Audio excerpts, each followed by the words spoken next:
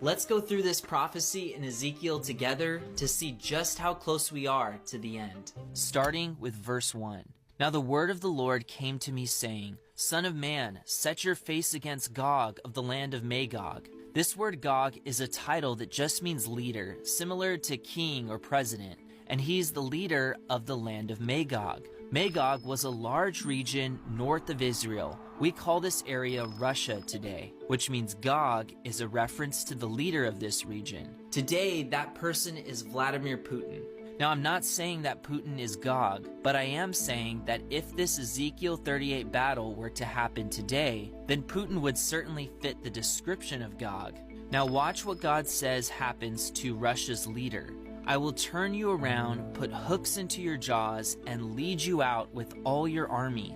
It appears that the leader of Russia is going to be somehow provoked or forced to join a war he doesn't want to be a part of. Isn't it interesting that today Russia is very involved in the Middle East crisis surrounding Israel? Just over the last decade, they've strengthened their ties with Israel's arch enemy, Iran. Which brings us to the next part of the prophecy, which lists Iran as the first of 4 nations that join Russia in this future battle against Israel. The Bible refers to Iran as Persia, the ancient name of Iran that had been used until relatively recently. Iran has supported anti-Israel terrorist groups such as Hamas and Hezbollah,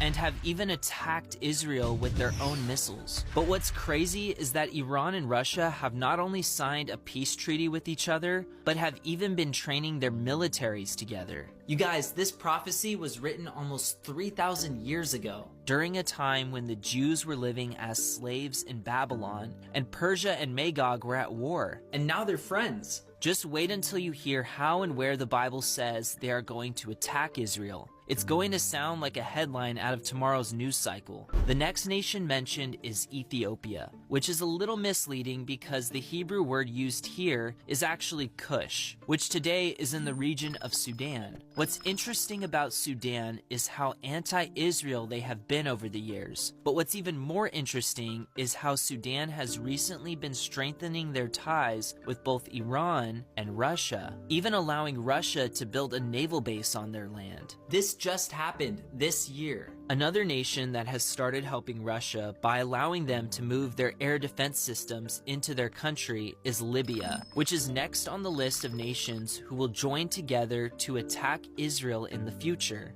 You can't make this stuff up. Before I show you what this battle is going to look like, there is one more nation who will join the attack. It's a nation that the Bible refers to as Gomer and the house of Togarmah, and it's a nation that is probably one of the most anti-Israel nations in the world today, Turkey.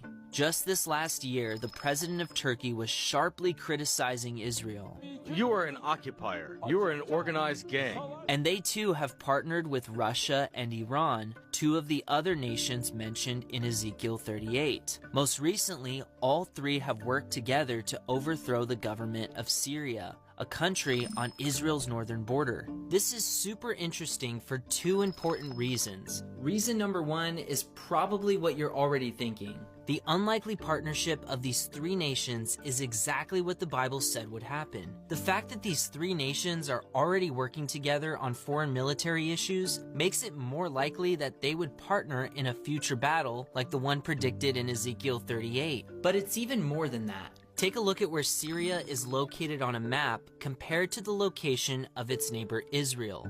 Now take a look at where these 5 enemy nations are going to attack the Jewish state, the mountains of Israel. This is a clear reference to Israel's Golan Heights, a hilly region that Israel took control of after the 1967 war. But look where it's located, right on the border of Syria. So let me get this straight. 3 of the 5 nations who are supposed to attack Israel in an area that borders Syria just helped overthrow the Syrian government and are now trying to have even more influence in this country? We're closer to this prophecy being fulfilled than I thought. But what exactly does the Bible say this battle is going to look like? And what happens after this battle takes place? Towards the end of Ezekiel 38, we find out what the battle will look like, and at the beginning of chapter 39, we find out what happens after. And like I said before, it's pretty shocking.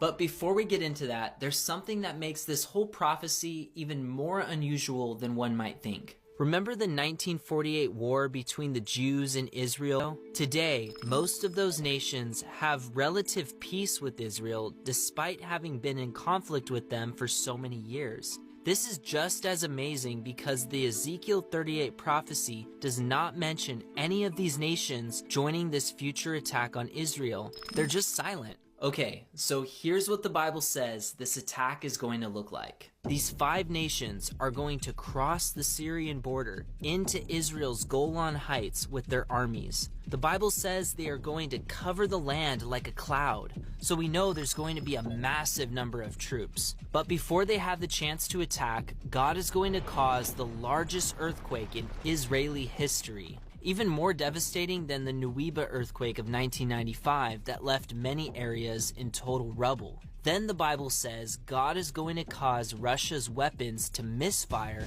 and explode on themselves. This will create confusion among these 5 nations to the point that they start attacking themselves instead of Israel.